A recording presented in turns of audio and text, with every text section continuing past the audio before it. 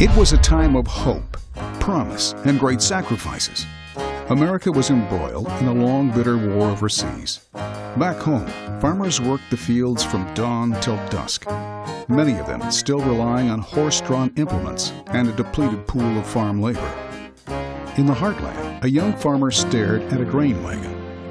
All that time wasted shoveling corn out the back, he knew there had to be a better, faster way. This young man was a thinker, a builder. He designed and built his first tractor cab at the age of 21. And in 1943, on his farm near Pella, Iowa, Gary Vermeer built a mechanical wagon hoist that eliminated a back-breaking job.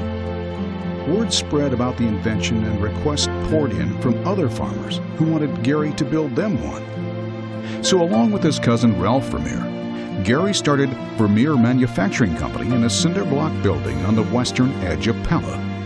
The doors opened on November 22, 1948, and brother Harry Vermeer would join a few years later. Whether he realized it or not, Gary was in the early stages of creating what would become one of the largest and most respected family-owned corporations in the Midwest. Vermeer was now more than Gary's name. It was a product.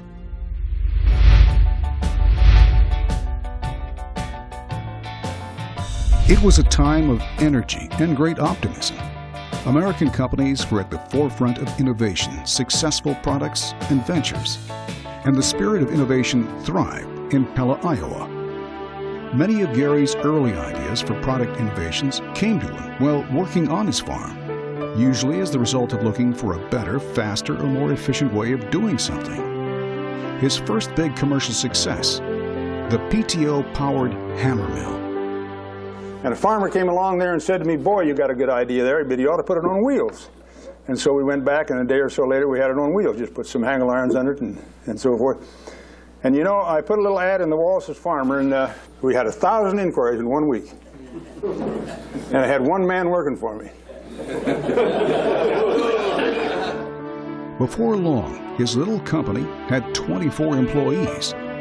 The Vermeer Industrial Division started to form as the original tiling trencher evolved into self-propelled, track-mounted power ditchers for underground utility distribution.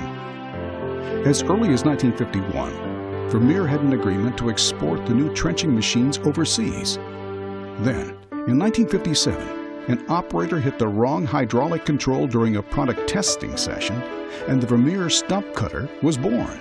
There was a couple of farmers out here by the name of Lonnie and Harry Verplug, and they took an old thrashing machine cylinder, 24-inch thrashing machine cylinder, and then they hooked that on the back of a case tractor, and then they dropped that on top of the stump and they drive ahead. And boy, would that thing bounce and make a lot of noise. But I saw that work, and you know, they did get a stump out with it. We thought if we took that idea that they had and make a 3-inch wheel that you could just pull that across the stump this way, that then that wouldn't bounce as bad and it might work. But the fellow that was running that thing made a mistake and hit the wrong lever and it went crossways. And we found out it cut about 5 times faster that way. And now that's where we cut stumps.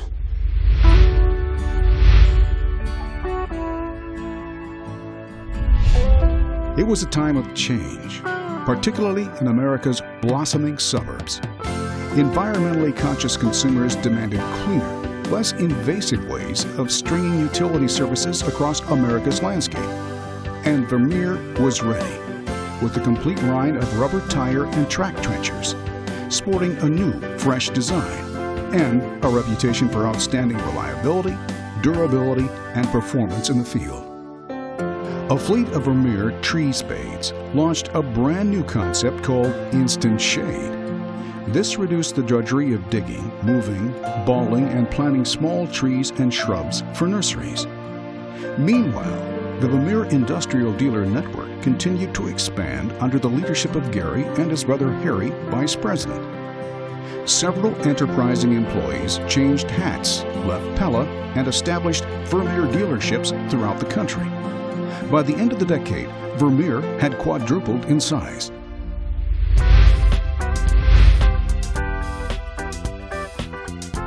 Baby boomers were coming of age and transforming America's workforce.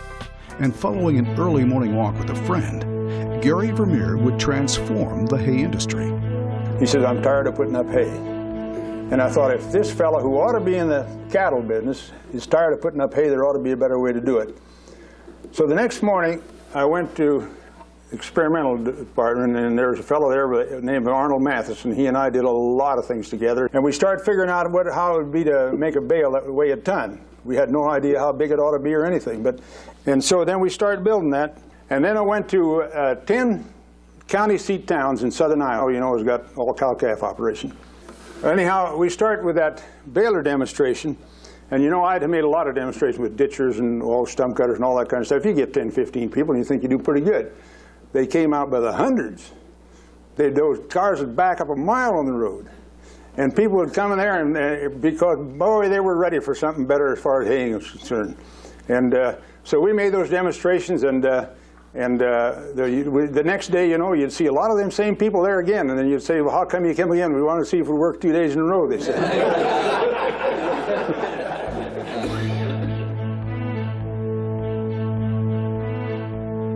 Almost overnight, Vermeer revolutionized the hay industry. The company doubled in size. Orders for big round balers stretched manufacturing production and capacity to the limits. More than 6,000 balers were sold in 1974 to 1975 alone. New product extensions included rakes and mowers. In just 9 years, 3 new plants were constructed, and by the end of the decade, there were more than 900 employees on board.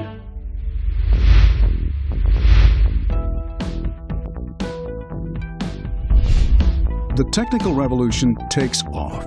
By 1983, Vermeer International, located in the Netherlands, had become a wholly owned subsidiary of Vermeer, and by the end of the century would expand from its Spartan 2-story offices into a major marketing, manufacturing, and distribution center to support a rapidly growing international sales organization.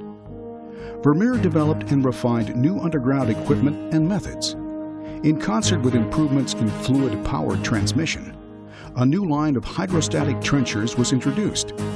As jobs got tougher, trenchers got bigger.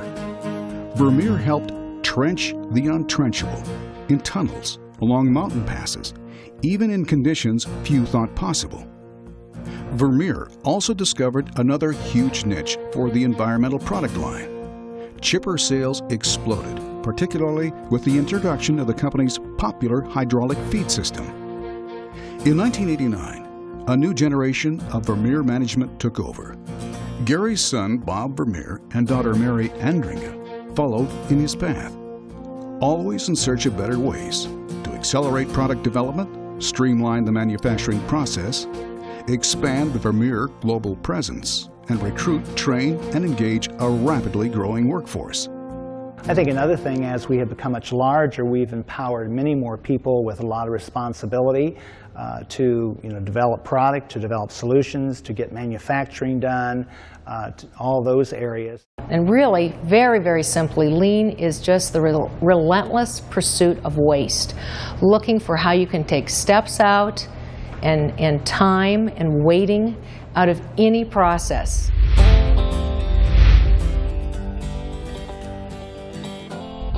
Personal computers and the World Wide Web changed everything.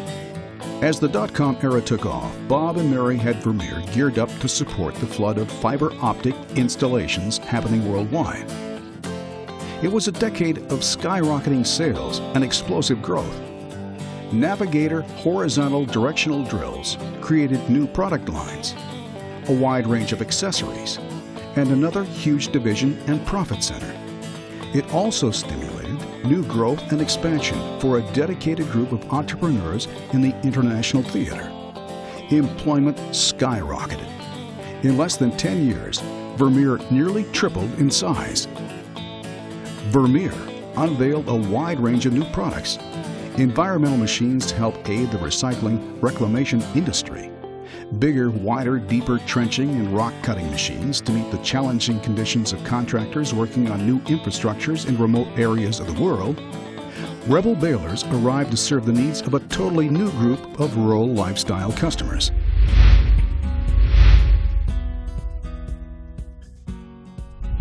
Together, Bob and Mary now serving as co-CEOs, positioned Vermeer for success in the new millennium by bringing new faces to the board of directors, establishing a strong executive team to help lead the organization into new markets worldwide. In 2005, Jason Andringa joined as Environmental Segment Manager. He would later become President, Forage and Environmental Solutions. Alison Vermeer Van Weingarten joined in 2007 as Industrial Dealership Distribution Manager. And the following year, Mindy Andringa Vandenbosch was named Market Assessment Manager. As a third generation, we grew up as cousins together, and we all knew that our grandpa had a huge passion for this company, and it was always instilled in us to have that passion.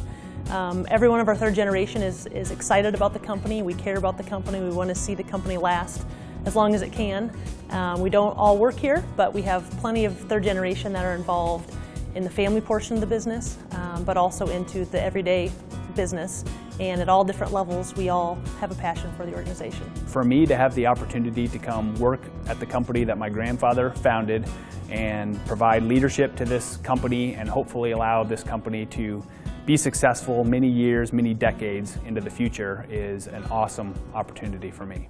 Vermeer entered the jumbo drill market and seized greater share of the burgeoning biomass market, broadening its product line and introducing the first terrain leveler attachment for surface mining and a horizontal grinder for wood waste reclamation. Vermeer expanded its global footprint in China, in Singapore, and in Brazil, putting in place sales, marketing, equipment, and parts support to serve the needs of customers in the Asia-Pacific and Latin American markets. In 2007, Vermeer signed an agreement with South Dakota-based Wildcat Manufacturing, enhancing the company's presence in the composting and trommel screen markets. The next year, Vermeer and Dutch-based Lely Group jointly acquired the German agricultural baler and bale wrapper manufacturer Welger, further strengthening Vermeer's presence in the forage industry. Then, in 2009, we said goodbye to the man who started it all. Founder Gary Vermeer passed away at 90 years of age, leaving behind a legacy of innovation, leadership, hard work, and a passion for finding better ways to get the job done. His spirit definitely lives on because the name is on all the machines we build. Every machine that we build has his name on it. So of course his legacy lives on, and every time we sell a piece of Vermeer equipment and it's out there somewhere around the world and it has the name Vermeer